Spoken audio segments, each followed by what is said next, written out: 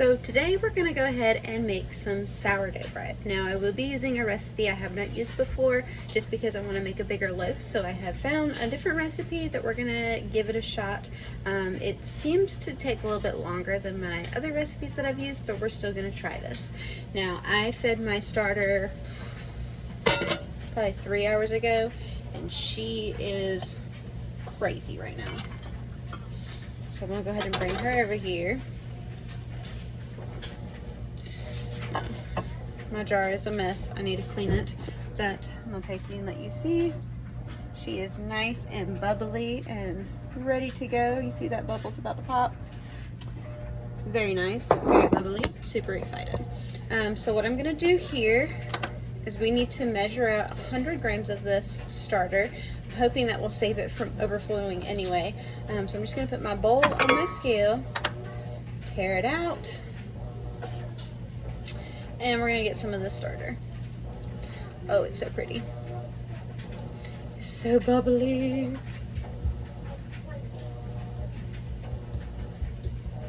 So I like to use the kitchen scale because I have tried to not in the past and it did not go well. Let me just show you how active this starter is. You see all those beautiful bubbles. Oh my goodness, so pretty, so excited. I had tried to make my own starter from scratch and did not work out that well. I was trying to do too many new things at once and it just wasn't working. So somebody actually gifted me 20 grams of dehydrated starter. Super handy. I don't know what I would do without it because now I'm finally able to bake and cook and it's great. I love it so much. So, let me get some of this out. I got a little bit too much in here.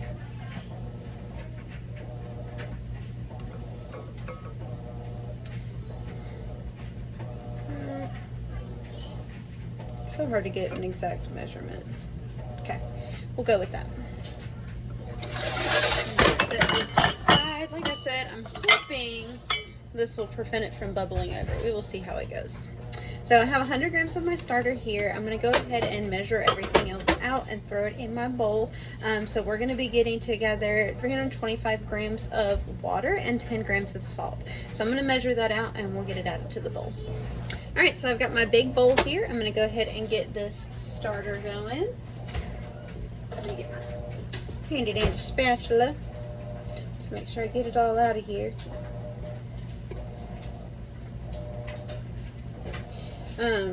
Now this particular recipe says that I'm supposed to mix the flour with everything as I'm mixing it. However, I've never seen that before in the recipe. I've always seen that I'm supposed to mix the starter and the water. So I'm going to mix the starter and the water first and then add the flour. I don't know if it matters. Maybe that is normal for recipes. I've just never seen that before. So that's why I'm not doing that. But to each their own, I suppose. So I'm going to go ahead and add in my water and give that a good mix.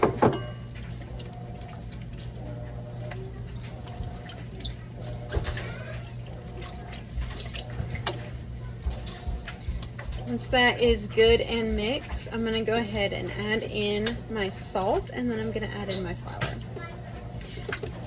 So I measure my salt in my little shot glasses. Those are my husband's really, but we both love them. So it's 10 grams of salt that I measured out into here. So I'm just going to add that in. And then the next step is going to be to add flour to it. So I'm going to set this to the side. Grab my flour. Now this calls for all-purpose flour, so I'm using my unbleached all-purpose flour for this. Finally got some. When I made something the other day, I had to use something that was substituted for me because I did a Walmart pickup order. Was not happy. They sent me bleached instead of unbleached, so finally went to the store today and got what I needed. Now I'm gonna need 475 grams of all-purpose flour.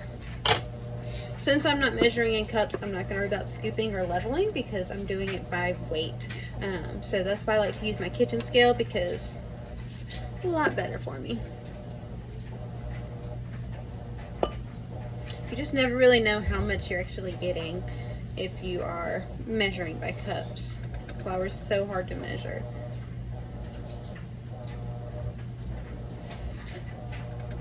I'm going to try to get 300 grams in this bowl and then just get 175 more. Okay, so there's 300 grams. I'm just going to dump that in. And we just need 175 more.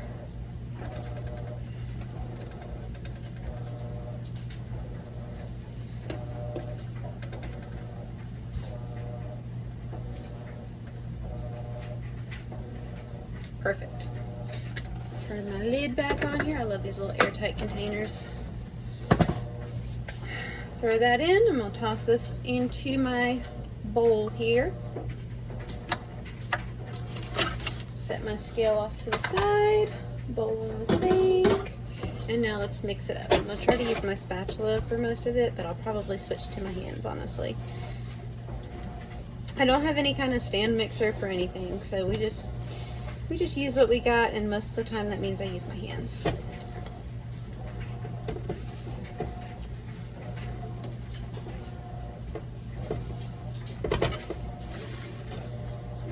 Now, my starter was fed, like I said, about 3 hours ago.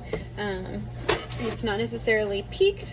It's still kind of growing, but it's a mature starter, and I knew it was okay for me to use it to go ahead and start with this. And like I said, I didn't want to grow over. Alright, so we're starting to get kind of this shaggy dough. So I'm going to get all of this off of my spatula and kind of mix it some with my hands. Yes, my hands are clean. I always wash my hands before I start this whole process.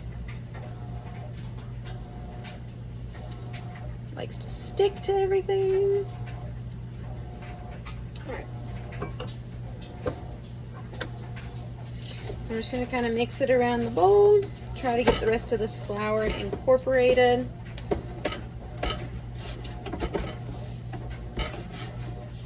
Get any loose stragglers of dough incorporated into it. A lot of times I get stuff like stuck to the bottom, as you can kind of see here. So I'm just kind of pulling those up and popping them into the dough, kind of not necessarily kneading it, but kneading it a little bit as I kind of mix it around the bowl. And so I can get it good.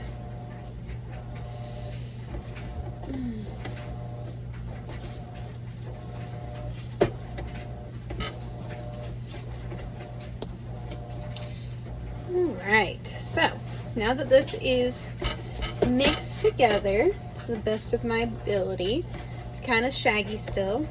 I'll kind of show you that in just a second. But we're going to set this here and we're going to cover it and we're going to let it rest for 30 minutes before we start doing some different stretch and folds. So I'm going to try to get all this off my fingers. And then I'll show you what the dough looks like. Now the recipes that I've done before, it's never had the stretch and folds. It's been, I guess you would consider it like a cheat recipe, because I see people all the time talking about their stretch and folds. So I'm not 100% sure what I'm doing right now, but I want to figure it out. So that's what we're doing here. We're trying to figure this out. Looks like my dough's almost gone off my hands. My hands are always covered in flour and dough lately. I've been making a lot of different discard recipes. I've been making some other yeast bread recipes. I made some yeast bagels the other day that were really good. I'm just incorporating all the pieces that I just kind of pulled off of my hand. And then we're going to let it sit and rest. So let me show you what the dough looks like at this point. That was not what I was supposed to show you. So you can see there what my dough looks like, and so we're going to go ahead and cover this and let it rest. Let me grab my towel.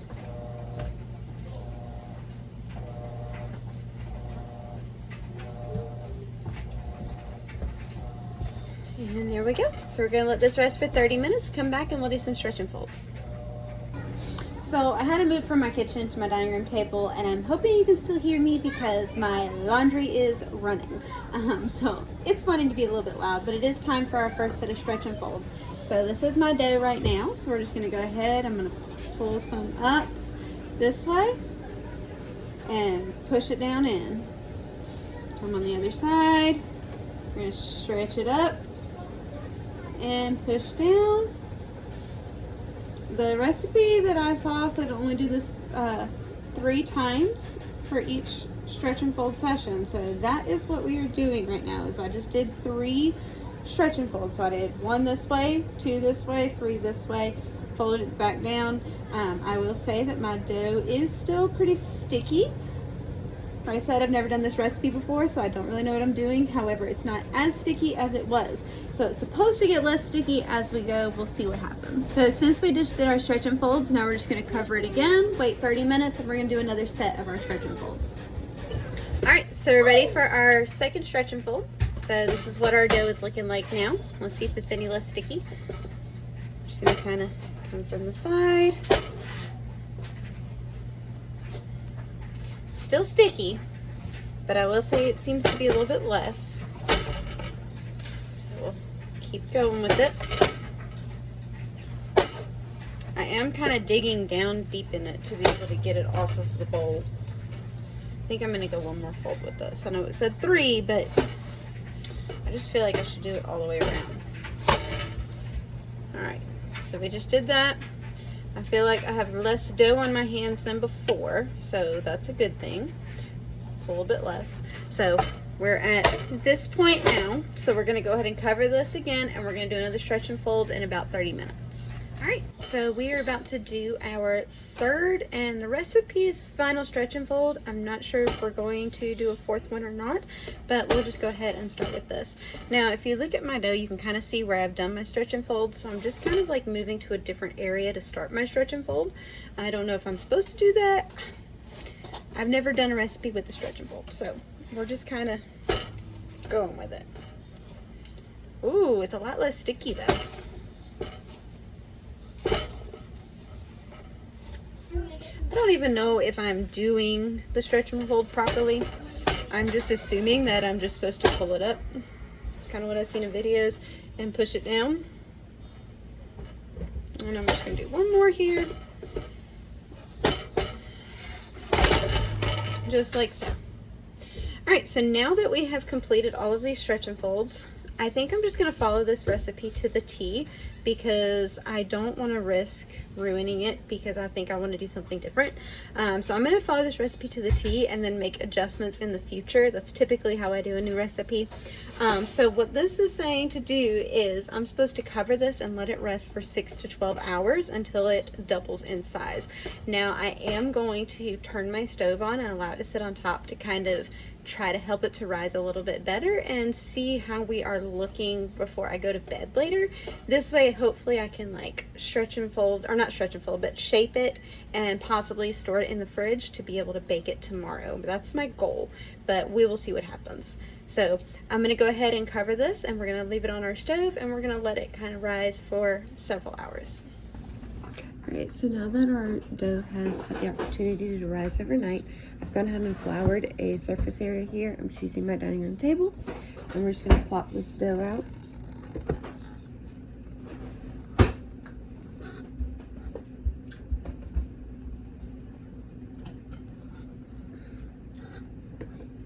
Beautiful. And then we're going to try to shape this dough. So this dough just needs to be formed into a tighter ball, essentially. So I'm just going to kind of take my hand and rotate and pull in. As I've said before in this video, I don't really know what I'm doing when it comes to all of this. I've just seen videos and I'm trying to do what the videos show. So I don't really know what all I'm doing, but I'm just going to keep rolling it into a tight ball, pushing it into itself,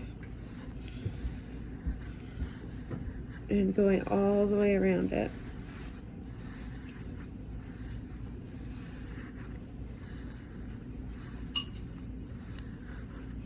And it should start to kind of form a tight, firm structure. From what I've been told, the outside will just be a lot firmer and tighter.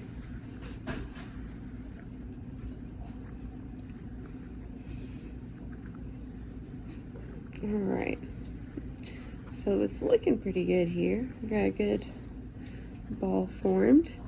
So now we just have to let this go into the refrigerator for a little bit. So I'm gonna go get a bowl to set it inside of for it to go into the fridge. And we're gonna set it in the fridge for a little while. So I went ahead and just grabbed a colander that I have. I'm gonna lay a towel inside of it,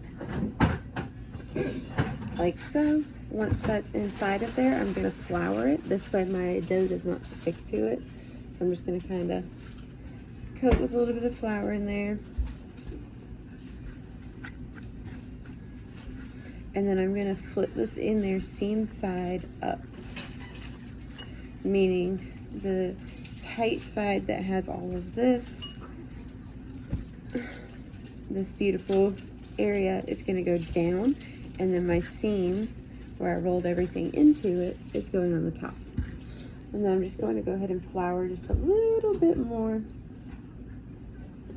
like so, and cover it. So the flour is just going to prevent it from sticking to the towel while we let it rise for a little bit. I think I'm going to let it rise on the counter for like 30 more minutes and then pop it in the fridge for a couple of hours. So I just want to show you guys this. I don't have an actual like cast iron Dutch oven just yet, but I do have this pan, like this roasting pan. So I typically use this to be able to bake my bread in if I'm wanting to bake it covered. So I'm going to pop this in the oven.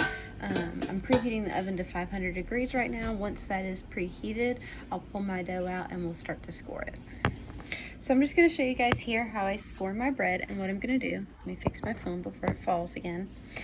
So I'm going to go ahead and get my parchment paper. Make sure you're using parchment paper and not wax paper. I've seen a lot of people make that mistake. They are not the same thing, so make sure you're using parchment paper.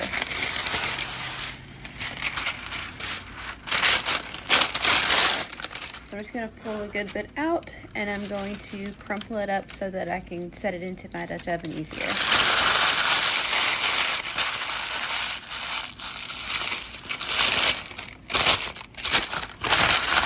We're going to go ahead and lay this down, like so. And then I'm going to take my dough here from the fridge, and we're just going to pull off that out. Set that to the side. So it's not as risen as I might like it to be, but that's okay. I'm going to try to brush off some of this flour. Got a lot of extra flour on it. Try to evenly distribute it at least. But it looks pretty. I'm hoping it will rise more in the oven. We shall see. Let me go ahead and go grab a knife so I can score it. You can get a lame or a razor blade or anything like that, but I'm just going to be using a sharp knife to be able to score it with. So what I've discovered is the reason that we want to score our sourdough bread is because as it's rising and baking, it kind of needs somewhere for like the steam to escape is what I'm thinking it is. But basically if you don't score it, you could have it start trying to bust out at the bottom at the seams. So we like to score it on the top. A lot of people do really fancy pretty designs. I don't really do anything super fancy. So typically all I'm going to do is I'm going to come in from the side here and slice into it.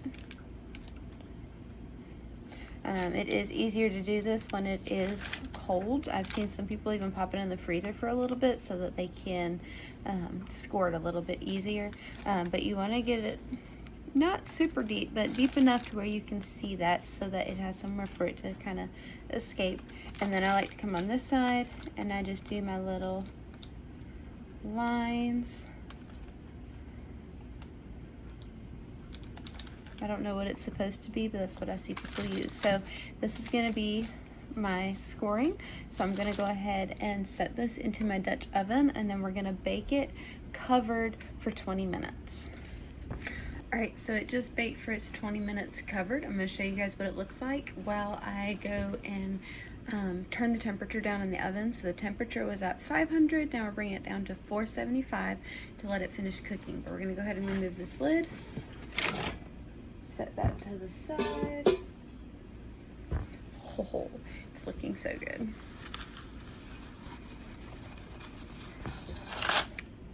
Look at that really pretty ear on it. Oh, it's gonna be so good.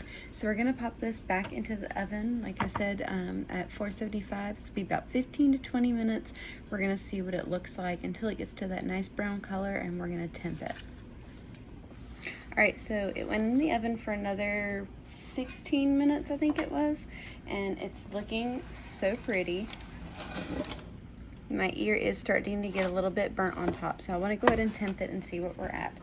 So I just have a cheap Walmart digital thermometer, so I'm going to go ahead and pop that in and see where we're at. Oh, we might be there. Feels like it's super soft inside, which is what I like. Perfect.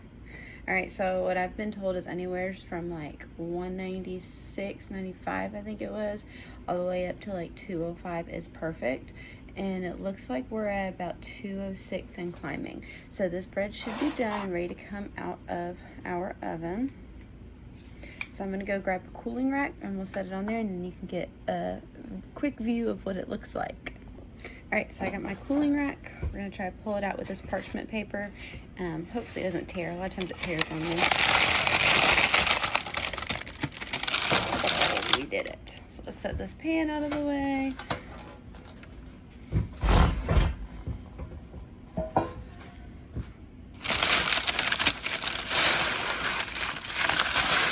Oh, it looks so pretty. So proud of it. And there you have it. So we've got our nice little ear going here. I didn't go deep enough with my little wheat design, it almost looks like, I guess. But I have a beautiful loaf of sourdough now. Now the hard part with making sourdough, besides all of the other waiting that you have to do for it to proof and rise and ferment and all of the things, plus growing your starter and all the things that you have to do, you don't want to cut into this immediately after cooking. Now that is really hard for me because I like to eat really warm bread. So when you bake the sourdough, you want to let it cool for about 2 to 4 hours, give or take, depending on the temperature in your house. The reason for this is it's still actually baking when you take it out of the oven. It's called carryover cooking. If you cut into it now, it's most likely going to be kind of gummy on the inside, and you don't want that after you've put all of this work into your sourdough. So I normally let mine rest and cool until it's like cool to the touch, and then I will slice into it and try it out. So later on I'll have to make a quick little short and show you guys what the crumb looks like on the inside, because I'm hoping that it's really good. It looks like this recipe was actually a success after all.